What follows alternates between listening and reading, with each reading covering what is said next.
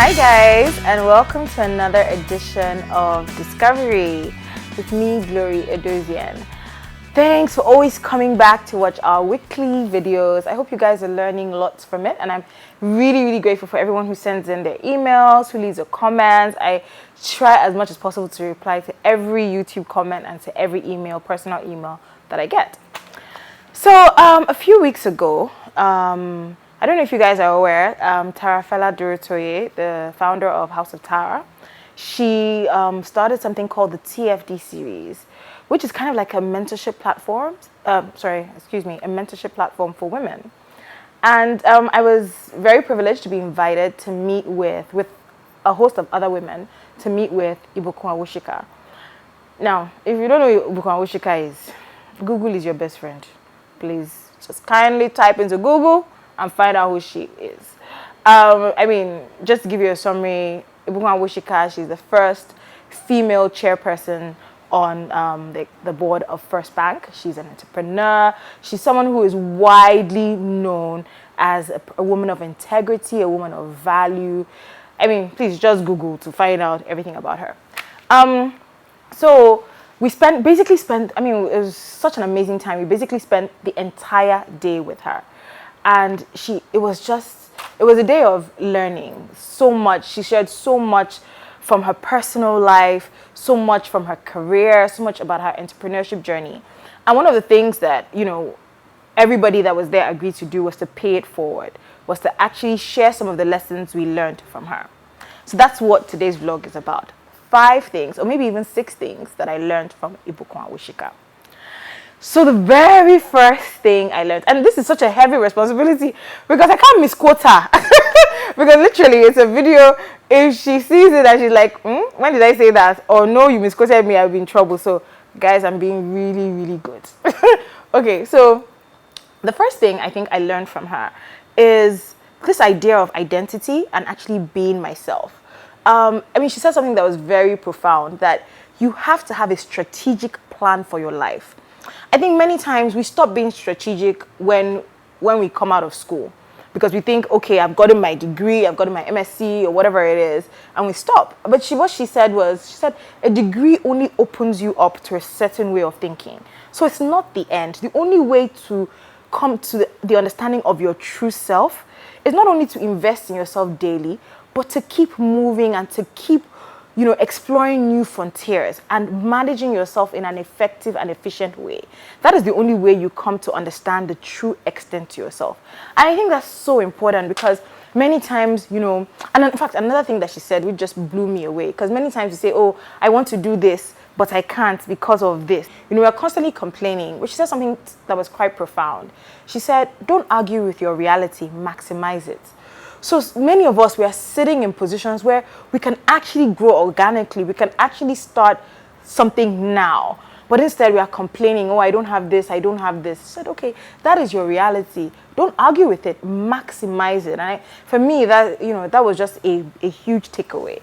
So it's the idea, I think, of owning yourself and being strategic with your life is, understanding your strengths, which is something I've said numerous times on this vlog. Understanding your strengths and learning how to apply your strength.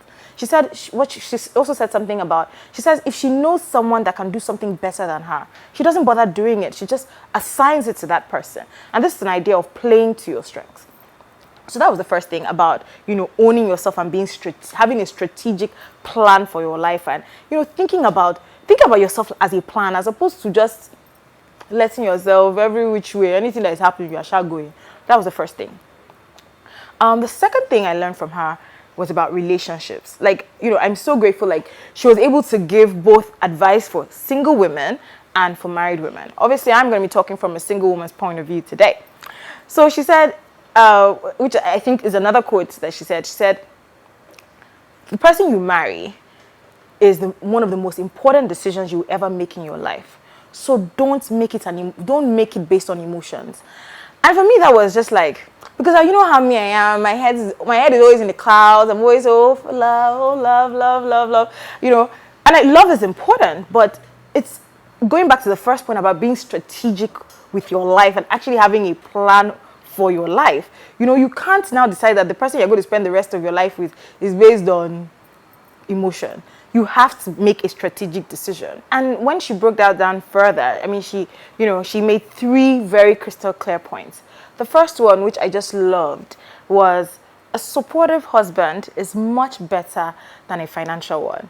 And for me, that just helped to reorient my thinking, because many times, you're just thinking, I don't want to suffer, so yeah, what's this guy bringing to the table? But it's, she said something about, money being irrelevant, because money really is a tool, and its value is what it can do for you.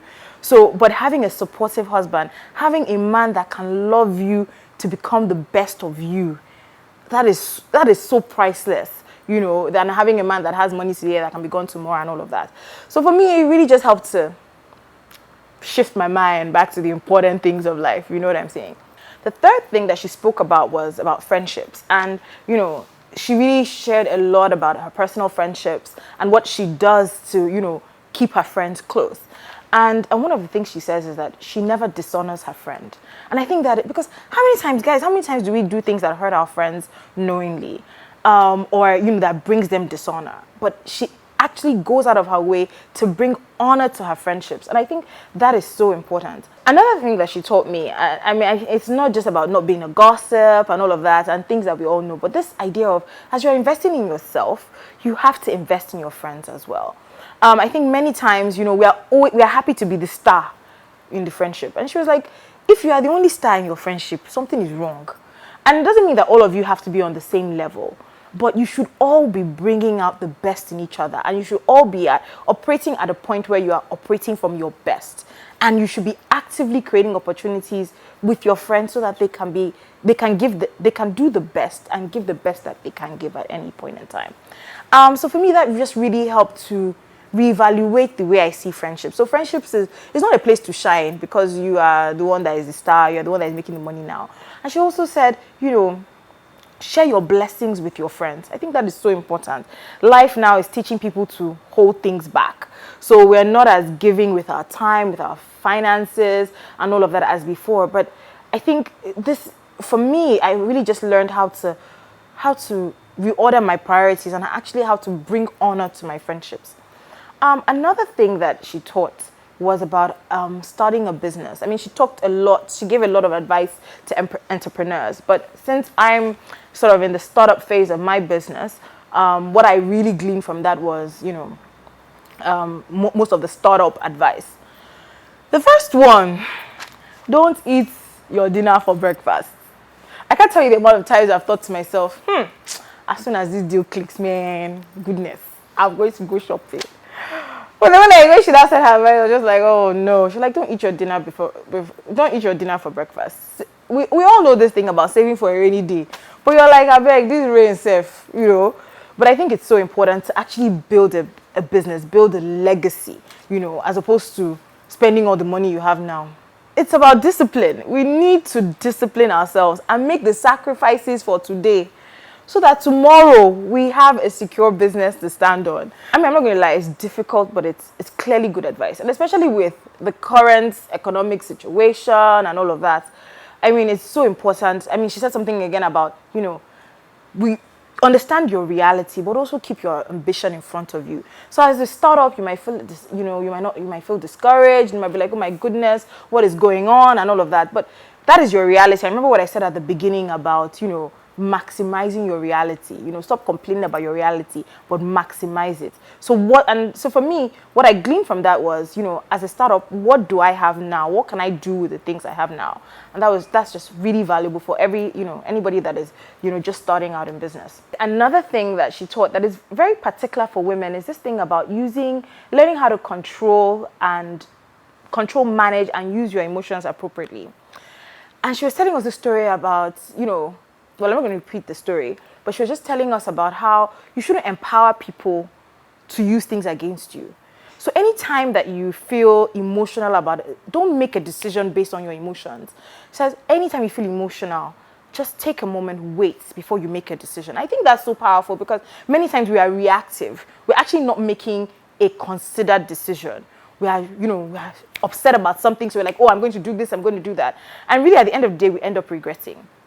So this idea of, anytime, and also as women, I think that, you know, we can actually, in fact, she told us about how as a woman you can use your emotions, you know, to your advantage as opposed to seeing it as a disadvantage. And she was talking about, you know, how to be fair, be firm, and never let anyone take advantage of you because you're a woman or because of your age or because of any other reason. But anytime you have to make a tough call, do it with compassion. And I think this is where our feminine, you know, emotions or whatever can come into play. Learning how to operate from a place of compassion, but still being firm and being fair. And, you know, that translates also when you're dealing with people, you know, the need to be polite. I mean, she said something, I think this was actually at Wimbiz. She said, smile. That, you know, when we say we're always frowning, and I know everybody has their issues, but just how to be personable, smile, be polite to people, saying yes, yes ma, yes sir. It's, you know, it's our culture in the office. Some people don't like it, but it actually doesn't take anything from us, you know, to say ma and sir. But still the idea of, you know, appreciating people, and just as you see your strengths, value people's strengths. But even more importantly, the idea of accepting people's weaknesses or understanding people's weaknesses, just as we have weaknesses as well. And so understand that people come to the table with their own liabilities as well as their strengths. And we always want people to see our strengths and to leverage on our strengths. So do the same as opposed to always putting people's liabilities in front of them, you know. And I think when you do that, you actually become a better leader because you are bringing out the best in people as opposed to, you know, insulting people or always putting them down. So guys, in summary, here are the 6 things Ibukun Awosika taught me. The first, the biggest decision you will ever make is who you marry. So don't make it an emotional decision. 2, have a strategic plan for your life. Own your reality. Maximize your reality. Stop complaining about it. 3, never dishonor a friend. 4, control your emotions. When you need to make a tough decision, use your compassion. Be fair, firm, and polite. When you're dealing with people, understand that everybody has weaknesses and liabilities. Never burn bridges. And finally, as a startup, don't eat your dinner for breakfast.